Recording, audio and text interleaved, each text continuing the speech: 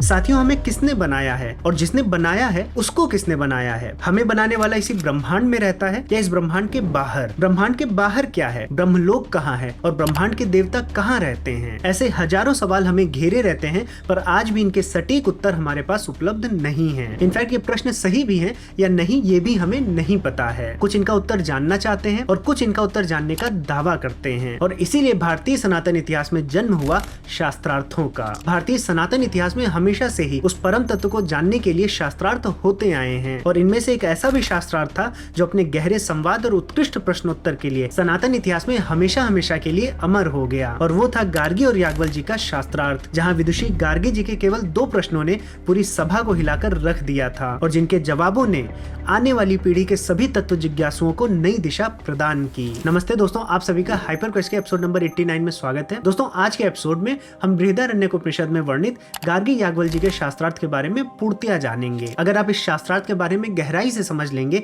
तो आप सनातन धर्म के मूल सिद्धांतों में पारंगत हो जाएंगे। तो दोस्तों, बिना किसी विलंब के आज के विश्लेषण को प्रारंभ करते हैं।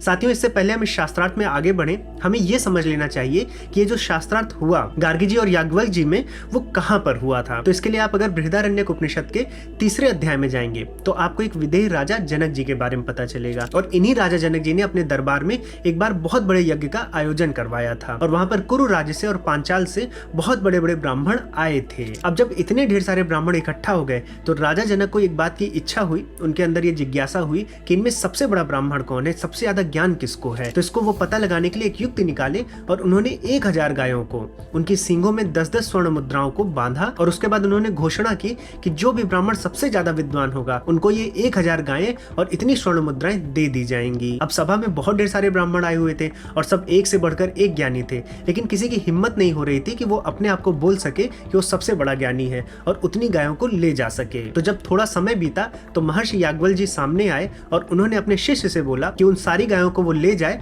और अपने आश्रम में ले जाकर बांध दे। अब वहां पर जितने भी ब्राह्मण आए थे वो याज्ञवल्क्य जी से बहुत क्रोधित हो जाते हैं। उनको लगता है कि याज्ञवल्क्य जी बहुत अहंकारी हैं और अपने आप को सबसे ज्यादा विद्वान ब्राह्मण समझते हैं, और यहीं से प्रारंभ होता है शास्त्रार्थों की श्रृंखला का। एक से बढ़कर एक ब्राह्मण विद्वानों ने याज्ञवल्क्य जी से शास्त्रार्थ किया, जिसमें याज्ञवल्क्य जी विजयी रहे, और इसी श्रृंखला में याज्ञवल्क्य जी का एक शास्त्रार्थ होता है गार्गी जी से। और अगर आप बृहदारण्यकोपनिषद को पढ़ेंगे तो आप पाएंगे कि गार्गी जी से एक बार नहीं बल्कि याज्ञवल्क्य जी को गार्गी जी से 2 बार शास्त्रार्थ करना पड़ा था, और इस वीडियो में हम दोनों शास्त्रार्थों को विधिवत समझेंगे। तो आइए, जो पहला संवाद हुआ था उसको देखते हैं कि उसमें गार्गी जी ने कौन कौन से प्रश्न याज्ञवल्क्य जी से पूछे थे।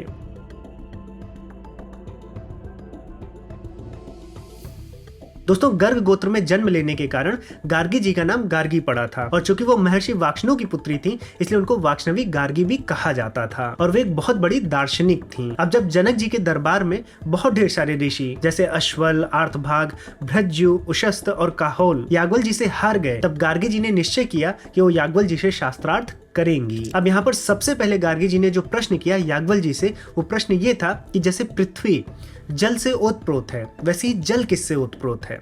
तो यहाँ पर तत्वों की बात की जा रही है। अगर इस प्रश्न को पहले समझना है तो हमें अपनी बेसिक अंडरस्टैंडिंग भी बनानी होगी, क्योंकि इस वीडियो में हम उत्तर तो समझेंगे ही लेकिन प्रश्न भी समझने के लायक हमें होना चाहिए। और अगर आप सनातन धर्म के दार्शनिक सिद्धांतों में जाएंगे तो यहाँ पर माना गया है कि हर एक स्थूल तत्व जो भी हमें दिखता है, जो भी हम इंद्रियों से महसूस कर सकते हैं, अनुभव कर सकते हैं, वो किसी न किसी सूक्ष्म तत्व से आया है। अगर आप आदि शंकराचार्य जी को भी पढ़ें तो यहाँ पर यह बताया गया है कि जो पृथ्वी है वो जल तत्व से आई है। तो यहाँ पर जो प्रश्न है गार्गी जी का वो यही है कि पृथ्वी जो है, जो स्थूल तत्व हमें दिखता है, वो जल से ओतप्रोत है। तो जो जल तत्व है वो किससे ओतप्रोत है, यानी ओतप्रोत का मतलब कि जल जो हमें दिखता है वो किस सूक्ष्म तत्व से आया है। तो जो हमें स्थूल रूप दिख रहे हैं पृथ्वी, तो पृथ्वी तो हमें पता है कि जल से उत्पन्न हुई है, लेकिन जल किससे उत्पन्न हुआ है। अब पृथ्वी जल से उत्पन्न हुई है, इसको भी आप ऐसे समझिए, क्योंकि हम लोग वैज्ञानिक पद्धति से अच्छे से समझते हैं।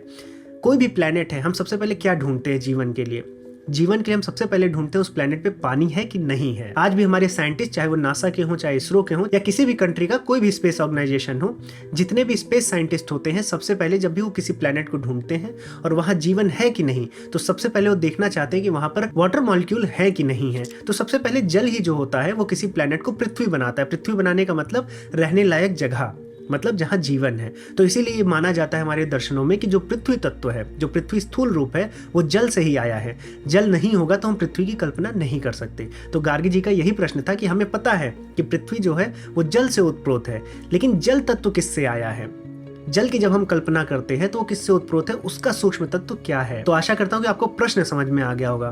तो यहाँ पर याज्ञवल्क्य जी इसका उत्तर देते हैं। तो याज्ञवल्क्य जी यहाँ पर बताते हैं कि जैसे पृथ्वी जल से उत्प्रोत है, यानी पृथ्वी जल तत्व से आई है, वैसे ही जल तत्व वायु से उत्प्रोत है, वो वायु से उत्पन्न हुआ है। और अगर आप इसको साइंटिफिकली भी समझें तो वायु ही हम देखते हैं जल को होल्ड करती है, फिर हम उसको मॉइस्चर बोलते हैं। और यही वायु धीरे धीरे फिर जल से जब भरती जाती है, मॉइस्चर बढ़ता है तो बादल का रूप लेती है, और फिर जब वो धीरे धीरे ठंडा होता है तो वही जो बादल है वो ठंडे होकर पानी में बदल जाते हैं। तो एक तरह से ये देखा जाता है कि जो जल तत्व है वो वायु तत्व से ओतप्रोत है। तो यहाँ पर याज्ञवल्क्य जी ये उत्तर देते हैं। अब यहाँ पर गार्गी जी यहाँ नहीं रुकती हैं, इस प्रश्न को और बढ़ाती हैं। वो कहती हैं अगर आप ये कहते हैं कि जल वायु से ओतप्रोत है तो वायु किससे ओतप्रोत है, यानी वायु किस तत्व से आया है? जो वायु हमें महसूस होती है, अनुभव होती है, वो किस सूक्ष्म तत्व से आई है? तब यहाँ पर याज्ञवल्क्य जी कहते हैं कि वायु अंतरिक्ष से आई है। वायु का जो सूक्ष्म तत्व है वो अंतरिक्ष है, यानी वायु अंतरिक्ष से ओतप्रोत है। तो ये भी साइंटिफिक है, क्योंकि हमें पता है जो वायु है भले हमें दिखती नहीं है, हमें अनुभव होती है, लेकिन वो बिना स्पेस के भी नहीं रह सकती। तो स्पेस चाहिए हर चीज को।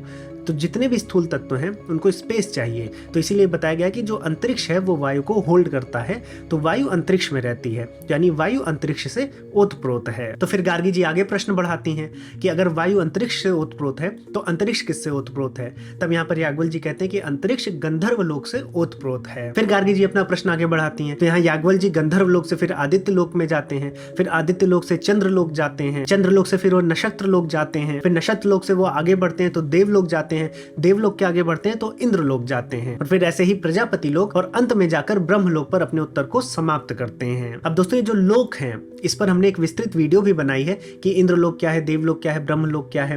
वहां पर हमने और भी जो भी 7 लोक बताए गए हैं, ऊर्ध्वलोक और जो अधा लोक होते हैं उनके भी बारे में थोड़ा सा बताया है। लेकिन जो ऊर्ध्वलोक है जो हमारे वैदिक उपनिषदों में मिलते हैं उस पर डिटेल में हमने एक वीडियो बनाई है, आप जाकर इन लोकों के विषय में समझ सकते हैं। अब जब ये शास्त्रार्थ आगे बढ़ रहा था तो गार्गी जी कुछ नहीं कर रही थी, जो उत्तर मिल रहा था उसी को प्रश्न बना दे रही थी, नया प्रश्न, और फिर उसका उत्तर ग्रहण करती थी, फिर उसी उत्तर का एक नया प्रश्न बना देती थी और फिर उसी का उत्तर ग्रहण करती थी। तो ऐसे करते करते जब ब्रह्मलोक तक बात पहुंची और फिर जब गार्गी जी ने पूछा कि ये ब्रह्मलोक किसमें ओतप्रोत है, तो याज्ञवल्क्य जी यहाँ पर क्रोधित हो जाते हैं, क्योंकि जिस वीडियो की अभी मैंने बात की है 14 लोकों वाली, तो उसमें ब्रह्मलोक जो है वो सुप्रीम कॉन्शियसनेस है। अभी तक क्या हो रहा है, जो हम ओतप्रोत की बात कर रहे हैं उसमें से एक सूक्ष्म तत्व है और दूसरा स्थूल तत्व है।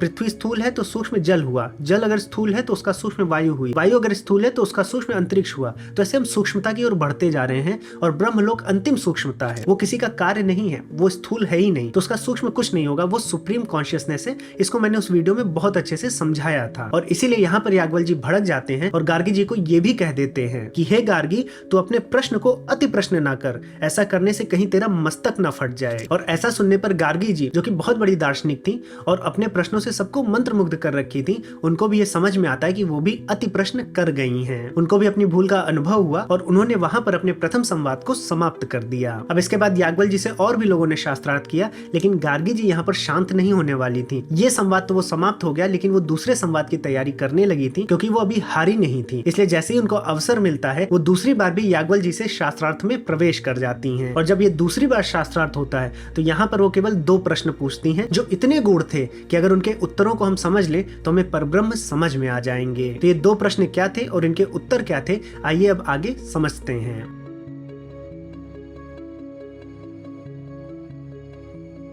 तो साथियों, इस प्रकार तर्क आधारित शास्त्रार्थों से बहुत ज्ञान मिलता है। और अगर आप देखें तो पूरा का पूरा न्याय दर्शन ही तर्क विद्या पर है कि शास्त्रार्थ कैसे करने चाहिए, उसकी विधा क्या होती है, किस तरह के प्रश्न रखने चाहिए, प्रतिज्ञा कैसी करनी चाहिए, सिद्धांत क्या होते हैं, अवयव क्या होते हैं, हेतु क्या होता है, उदाहरण क्या होते हैं, किस प्रकार से निर्णय होता है, कौन जीतता है, कौन हारता है, और किस प्रकार की चीजों को करने से शास्त्रार्थ वहीं पर समाप्त कर देना चाहिए। तो अगर आपको बहुत ढेर सारे शास्त्रार्थों में इंटरेस्ट है, इसी प्रकार के जो प्रसिद्ध शास्त्रार्थ हुए हैं सनातन धर्म में, उनके बारे में जानना चाहते हैं तो मैं शिक्षणम ऐप पर न्याय दर्शन भी पढ़ा रहा हूँ। तो वहाँ पर मैं जो इस प्रकार के शास्त्रार्थ होते हैं जो विशेषकर गौतम ऋषि जी ने किए हैं नास्तिकों के साथ, उन शास्त्रार्थों को भी वहाँ पर मैंने विधिवत कवर किया है। तो आप न्याय दर्शन के कोर्स को लेकर इन शास्त्रार्थों को अच्छे से समझ सकते हैं। और केवल न्याय दर्शन ही नहीं बल्कि सांख्य दर्शन, योग दर्शन, वैशेषिक दर्शनों के जितने भी संस्कृत सूत्र हैं उनकी साइंटिफिकली व्याख्या की है और सरल भाषा में आपको समझाने का प्रयास किया है। साथ में हम गुरुकुल से मिलकर संस्कृत भाषा भी आपको सिखा रहे हैं, क्योंकि सही संस्कृत से और दर्शनों के ज्ञान से हम सनातन धर्म के तार्किक पहलू से जुड़ते हैं और वैज्ञानिक दृष्टिकोण से ईश्वर के विचार को, अपनी सृष्टि के विचार को, अपने अस्तित्व के विचार को समझते हैं। साथियों, ये कोर्स आपको लाइफ टाइम के लिए मिलते हैं और अगर आपका कोई प्रश्न है तो आप कम्युनिटी में या व्हाट्सएप के माध्यम से हमसे पूछ सकते हैं। और आप हाइपर क्वेस्ट को इतना सपोर्ट करते हैं इसलिए हम एक कूपन कोड hyper15 भी उपलब्ध करा रहे हैं जो ये वीडियो देख रहे हैं उन्हीं के लिए है। इस कोड के उपयोग से आप सभी कोर्सेज पर 15% का एक्स्ट्रा डिस्काउंट भी पा जाएंगे। लिंक आपको नीचे कमेंट सेक्शन और डिस्क्रिप्शन बॉक्स में मिल जाएगी। एक बार जरूर जुड़ के देखिए, हमारा आपको पूरा सपोर्ट रहेगा। और अगर आपको जानना है कि मैं कैसा पढ़ा रहा हूँ तो शिक्षणम ऐप पर ही फ्री क्लासेस भी अवेलेबल है जहाँ पर मैं 2-2, 3-3 घंटे की भी क्लासेस लिया हूँ। तो आप उन क्लासेस को भी इनरोल करके देख सकते हैं कि किस प्रकार से मैं पढ़ाता हूँ और सब्जेक्ट्स कितने इंटरेस्टिंग है। अगर आपको अच्छा लगेगा तो डिटेल कोर्सेज में जरूर इनरोल करें। साथियों, अब आइए गार्गी जी और याज्ञवल्क्य जी के दूसरे शास्त्रार्थ की तरफ बढ़ते हैं। तो साथियों, गार्गी जी का याज्ञवल्क्य जी से जो हमने पहला शास्त्रार्थ देखा वो बृहदारण्यक उपनिषद के 3 अध्याय के 6 ब्राह्मण में बताया गया है। फिर वो जब दोबारा आई और दूसरी बार शास्त्रार्थ उन्होंने किया तो वो 8वें ब्राह्मण में है। और अब जब गार्गी जी आती हैं तो वो ये ऐलान कर देती हैं कि अब मैं केवल 2 प्रश्न पूछूंगी और अगर इन 2 प्रश्नों का उत्तर याज्ञवल्क्य जी दे दिए तो फिर इनको कोई भी ब्राह्मण नहीं हरा पाएगा। और इस घोषणा को करने के बाद उनका प्रथम प्रश्न ये रहता है कि याज्ञवल्क्य जी, इस पृथ्वी से लेकर उस ब्रह्मलोक तक जहां तक बात हुई थी पहले शास्त्रार्थ में, जो कुछ भी दिख रहा है, जो कुछ भी अनुभव में है, इनफैक्ट उसके आगे भी चले जाइए और पृथ्वी के नीचे भी चले जाइए। अगर कोई सूक्ष्म तत्व पृथ्वी से नीचे है और कुछ ऐसा भी तत्व है जो उस ब्रह्मलोक के पार है तो सब कुछ आप ले लीजिए। और इतना सब कुछ लेने के बाद साथ में समय भी ले लीजिए, काल, भूत, भविष्य, वर्तमान, ये सब जब हम देखते हैं तो अब मुझे बताइए कि ये सब किसमें ओतप्रोत हैं। तो यहाँ पर हम गार्गी जी की जिज्ञासा को समझ सकते हैं कि वो जानना चाहते हैं कि सब कुछ, चाहे वो स्पेस में हो या टाइम में हो, और स्पेस में भी जितना हमें पता है वो तो ठीक है, जो हमें ज्ञान से पता है कि पृथ्वी से ब्रह्मलोक तक, उसके अलावा भी कुछ है, कुछ मल्टी डायमेंशन में है, कुछ मल्टीवर्स है, कुछ भी है, वो सब मिलाकर, पूरा स्पेस मिलाकर जो भी अस्तित्व में है, जो भी व्यक्त हुआ है, जो भी एक्सप्रेस्ड है, साथ में इस स्पेस को चलाने वाला जो टाइम है, चाहे वो भूत हो, वर्तमान हो, भविष्य हो, वो सब मिलाकर जो ये एक तत्व बनता है वो किसमें ओतप्रोत है, ये वो जानना चाहती हैं। इस पर याज्ञवल्क्य जी उत्तर देते हैं कि इस पृथ्वी से लेकर ब्रह्मलोक, जो द्युलोक की बात हम कर रहे हैं, अगर उसके परे हम जाएंगे तब वहां पर जो स्थिति है, जो तत्व है, उसको हम सूत्र कहते हैं। और अगर इस सूत्र को आप पूछेंगी कि ये किसमें ओतप्रोत है तो ये सूत्र आकाश तत्व में ओतप्रोत है। यानी कि जो सबसे सूक्ष्मतम कारण तत्व है जिससे सब कुछ ये कार्य हुआ है उसको यहाँ पर आकाश तत्व कहा गया है। इसके पहले भी आपको याद होगा कि जब हम पृथ्वी से जल, जल से वायु और वायु से अंतरिक्ष गए थे तो वो अंतरिक्ष क्या है, वो स्थूल रूप में बताया गया था आकाश को। लेकिन यहाँ पर जो सूत्र है, जो सूत्र ओतप्रोत है आकाश तत्व में, अगर आप यहाँ पर विवरण पढ़ेंगे तो वो सूक्ष्मतम स्तर पर बताया गया है। तो यहाँ पर जो आकाश तत्व है वो थोड़ा डिफरेंट है, उसको पहले हम अलग से समझ लेते हैं।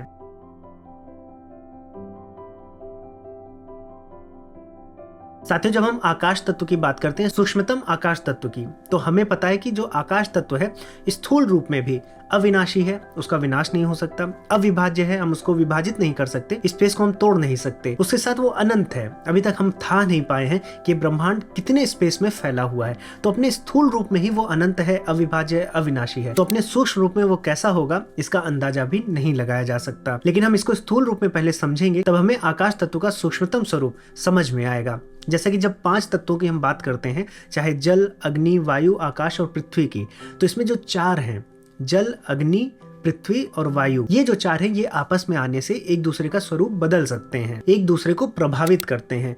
जैसे वायु है वो अग्नि को बुझा सकती है या अग्नि लगा सकती है, अग्नि को जल बुझा सकता है, जल वायु में घुल सकती है, तो एक दूसरे को प्रभावित करते हैं। लेकिन आकाश एक ऐसा तत्व है जो केवल बैकग्राउंड में है, वो प्रभावित नहीं होता है। इसीलिए आकाश तत्व को सबसे ज्यादा शुद्ध तत्व माना गया है और वो अंतिम ऐसा तत्व है जो सब में ओतप्रोत है, यानी उससे सभी जन्म लेते हैं। और ये जो आकाश तत्व है ये इंद्रियों की समझ से परे है। इसलिए हमारे वेदों और उपनिषदों में ही ऐसा माना गया है कि मंत्रों के प्रभाव से आकाश तत्व के माध्यम से उच्च लोक के जो देवी देवता हैं या फिर ब्रह्म हैं, हम उनसे संवाद कर सकते हैं। वैशेषिक दर्शन में भी जाएंगे तो आकाश को एक सेपरेट द्रव्य माना गया है और उसका गुण बताया गया है कि ये अनंत है और ये निष्क्रिय है। ये किसी भी क्रिया में भाग नहीं लेता, ना तो प्रभावित होता है और ना ही प्रभावित करता है। ये बस एक बैकग्राउंड की तरह, सूक्ष्मतम तत्व की तरह उपलब्ध है, जिससे सभी वस्तुएं, जो भी कार्य हमें दिख रहा है, जो भी एक्सप्रेस्ड है, वो सभी ओतप्रोत हैं। और हिंदू दर्शनों के अनुसार जो आकाश तत्व है वो ब्रह्म की ही तरह रहस्यमयी है, निराकार है, अनंत है और सबसे छोटी से छोटी इकाई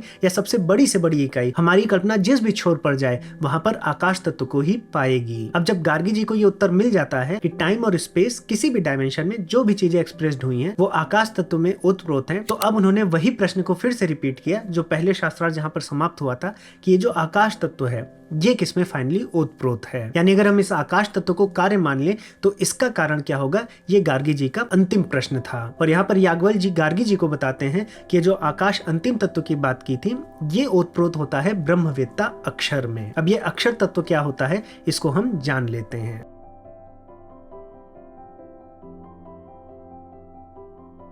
अब साथियों, जब याज्ञवल्क्य जी ने ब्रह्मवेत्ता अक्षर की बात की तो उन्होंने उसे समझाना प्रारंभ किया और समझाते हुए सबसे पहले उन्होंने बताया कि जो अक्षर है ये ना तो मोटा है, ना तो पतला है, ना छोटा है, ना बड़ा है, ना तो ये द्रव्य है और ना ही द्रव है, यानी ना तो ठोस है और ना ही लिक्विड है, ना तो ये वायु है और ना ही आकाश है। तो ये आकाश तत्व से कुछ अलग है। और इसको समझाते हुए वो आगे कहते हैं कि वो ना तो कुछ खाता है और ना ही उसे कोई खाता है। यानी इसका मतलब ये हो गया कि वो ऊर्जा के लिए ना तो किसी पर आश्रित है और ना ही कोई और ऊर्जा के लिए उस पर आश्रित। और इस तत्व की विवेचना करते हुए वो कहते हैं कि एतस्य वा अक्षरस्य प्रशासने गार्गी, यानी कि इस अक्षर के प्रशासन में ये पूरा ब्रह्मांड एक फिक्स लॉ के अंतर्गत फंक्शन करता है। तो यहाँ से हमें ये बात भी समझ में आती है कि जो ब्रह्मवेत्ता अक्षर है यही हमारे ब्रह्मांड का जो यूनिवर्सल लॉ है डिसाइड करता है, डिटरमाइन करता है और इसी से हमारे ब्रह्मांड चलता है। तो जो हम आकाश तत्व की बात किए थे वो आकाश तत्व भी कैसा होगा, वो कैसा फंक्शन करेगा, ये ब्रह्मवेत्ता अक्षर ही निश्चित करता है। अब इस अक्षर तत्व की महत्वपूर्णता समझाने के लिए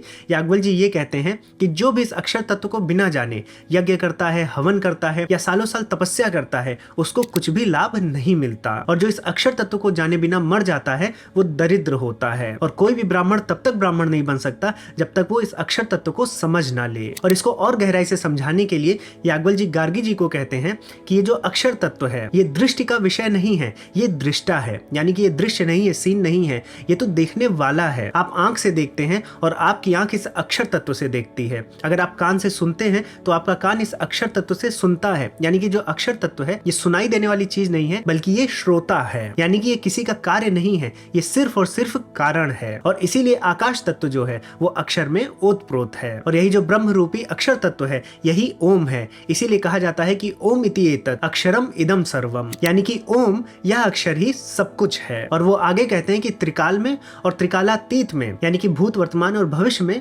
और इन तीनों कालों के परे भी, यानी त्रिकालातीत में भी जो कुछ भी जानने योग्य है और जो कुछ भी जानने वाला है वो सब ब्रह्म रूपी अक्षर तत्व ओम ही है। और इस प्रकार से महर्षि याज्ञवल्क्य जी उस अक्षर तत्व की विवेचना करते हैं जिससे गार्गी जी संतुष्ट होती हैं और उस भरी सभा में घोषणा करती हैं कि ब्रह्म संबंधी वार्तालाप में महर्षि याज्ञवल्क्य जी से अब कोई ब्राह्मण जीत नहीं सकता। और होता भी ऐसा है, राजा जनक जी के दरबार में जितने भी ब्राह्मण बचते हैं जो बाद में उनसे शास्त्रार्थ करते हैं याज्ञवल्क्य जी से, वो सभी के सभी हार जाते हैं। तो ये जो अक्षर तत्व है जिसकी बात यहाँ पर याज्ञवल्क्य जी ने की है उसको ही हम सनातन धर्म में परब्रह्म कहते हैं या फिर ओंकार कहते हैं। और अक्षर इसलिए कहा जाता है क्योंकि जिसका क्षरण ना हो वही अक्षर है। और इस तत्व का क्षरण कभी नहीं होता है क्योंकि ये स्वयं की सिद्धि से हमेशा विद्यमान रहता है। तो साथियों, कुछ इस प्रकार से शास्त्रार्थ होते थे।